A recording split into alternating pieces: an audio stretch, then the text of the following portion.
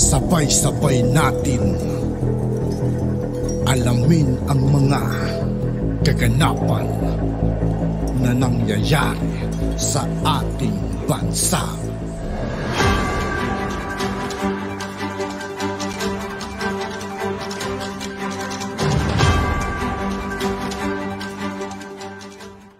Yo, what's up mga kaibigan? This is I2K po again. Ngayon nandito naman ulit tayo sa channel ni News PH. Dito naman ulit tayo magbibigay ng komento at reaksyon. Kaya samahan nyo ako guys. Let's go! Kabaman daw ng investigasyon. Nagmula po sa SMNI. Nagmula po muna ka Eric, Badoy, tapos SMNI, tapos ngayon kay Kibuloy. Sa Duterte pa rin po ang tuloy, no? Talagang ibang uri po itong mga kalaban po natin, no? Sila na yung ibang klase po, no? Ito po, wala na po ako masasabi na ito po ang pinaka-worst na ka-unit team, no? Talagang grabe po. Ito po ang sukli. Palibing mo yung tatay, ipalibing mo yung walang nakapagpalibing sa tatay niyan. Ipanalo mo yung presidente. Ang ganti po. Alam niyo po kung anong ganti nila, no? Grabe, hindi mo masisikmura. Mga tao pa po ba kayo? Hello? Grabe. Wala na akong masabi, no? Grabe po. Wala akong masasabi kundi hindi niyo po kayang ilarawan. No, nakabalik kayo sa pwesto dahil sa mga Duterte. Ang ginaganti niyo, sirain, wasakin na. Pinatagal niyo pa eh. Inunti-unti nyo pa. Meron pa kayong ka-Eric muna, Dr. Badoy muna, SMNI muna, Kibuloy muna. Pagdating, Duterte pa rin ang lahat. Nakatutok pa rin. Grabe tong ano na to. Grabe tong pamilya na to. Grabe kayong pamilya kayo. Kayong pinakagrabing pamilya sa buong, hindi ko maano. Anong ginawa sa inyo ni Sara Duterte? Mga Duterte, hindi po deserve to. Hindi deserve ng mga Duterte to. Itong ginagawa nyo. O ngayon, tignan nyo, laman na lahat ng mga vlogger nila. Alam na eh. Salo agad eh. Ito kagad ang topic nila lahat. Na-involved dyan. Alam nyo kung ano yung involvement? Tanga na lang po talaga yung mga tao kung maniniwala sa kanila. No? Ang tanga-tanga na lang ng mga tao. Alam nyo po ba yun? Presidente ng Pilipinas, pupunta.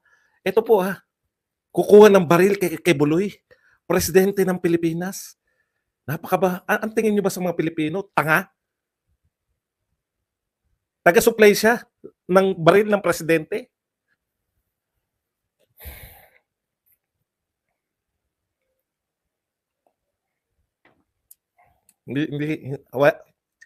Halos hindi ko masabi yung gusto kong sabihin. Tapos yung iba pa, dalawa po atake nila eh.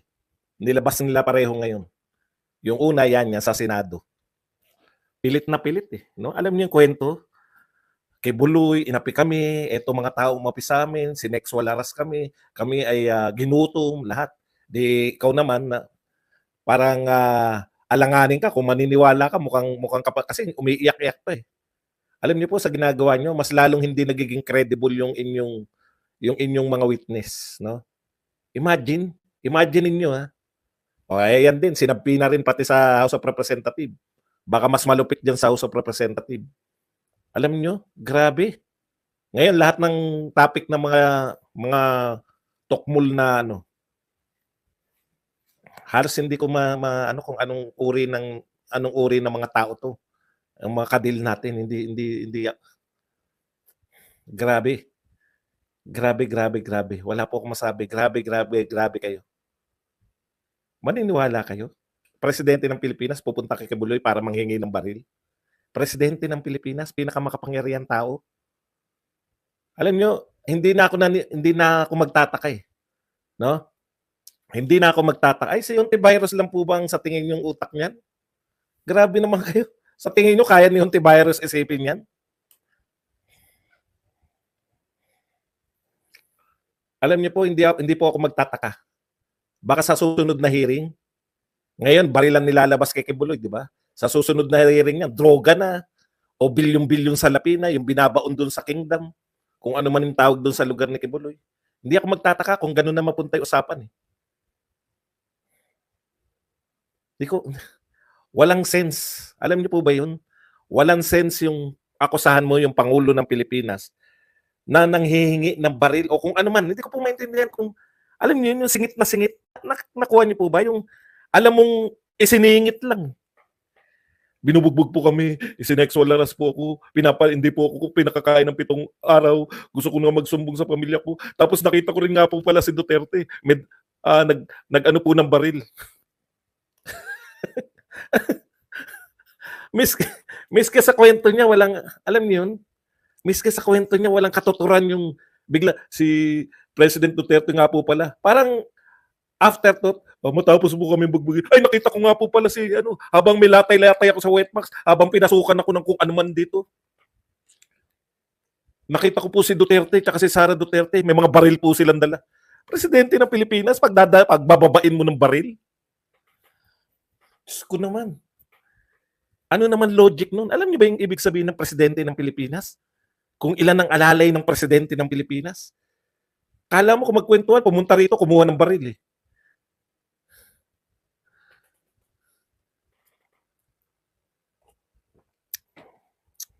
Sinisira ninyo yung sarili nyong witness, di ba? Paano pa maniniwala? Maaring yung iba sa sinasabi niya totoo, pero hindi po ako maniniwala si Inday Sara. Pupunta ron sa lugar ni Kibuloy para humingi ng baril. At ang malupit, yung presidente ng Pilipinas. Presidente. Imagine niyo, presidente. hindi ko talaga ma-reconcile sa utak ko eh. Parang ang nakakagalit, yung ginagawa niyang bobo yung mga Pilipino.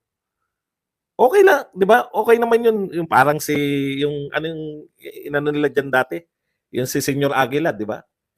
Parang sige, di patunayan niyo sa korte na lang yan. Pero napakahirap po noon na walang kaabog-abog. Biglang kumuha ng baril kay Kibuloy yung presidente at yung mayor ng Davao. Grabe, hindi niyo alam kung sino ang tauhan ng presidente ng Pilipinas. Lahat. Lahat tauhan ng presidente ng Pilipinas. Kukuha ka. Ay, nako. Alam nyo, nung pinakikinggan ko yun, yung tagpo na yun, nawala lahat ng yung credibilidad ng witness, no? Biglang nawala eh, sa akin eh. Kasi hindi ko po ma-imagine na ang pinakamakapangyarihan tao, at hindi po simpleng tao si Pangulong Duterte. Ibang uri po siya eh. Ay, nako. Parang nakakasama ng loob na dito lang po mapupunta. Abangan nyo po. Sa susunod po yan. May witness po dyan na droga na yung nilalabas. Baka sabihin niya, birin nyo ha, hardinero o kung ano man natawag. Hardinero, di ba? O yung, basta siya nag-ayos ng mga hardin. Di ko alam ang tawag doon eh. Baka, napaka-close naman sa mga hardinero. Alam niyo yung ibig ko sabihin? Ang close-close naman ni Kibuloy at ni Pangulong Duterte sa hardinero. Sa harap ng hardinero, ano yung binuksan nila yung baril? Teka po na, Mr. President, saglit lang ha. Titignan ko muna laman ng baril nyo. Ano yung ibababa nyo sa, sa Davao City? Teka muna. Titignan ko muna kung ano laman yan. Baril pala to, Mr. President. Talaga? Ipapakita mo sa hardinero na mayroon kayong transaksyon na baril? Hindi po ako magtataka, no? Sa susunod niyan, no? Diyan po nagbabalot ng fentanyl. Diyan po tumitira si Pangulong Duterte ng fentanyl sa... Hindi na ako magtataka kahit na ano nang susunod. Mas malala pa. Ay, sako-sako pong pera yung binababa ni Duterte. Siya mismo nagbubuhat. Kulang na lang sabihin na siya mismo nagbuhat eh. Hindi ko ma-imagine, no? Sana binibintang lahat eh, no? Tapos na. At yun nga po mga kaibigan, dito po nagtatapos ang ating reaction video. Muli ako po si I2K ng Sundalo ng Dunggalo. Maraming salamat sa patuloy na pagsuporta. Yeah, peace out.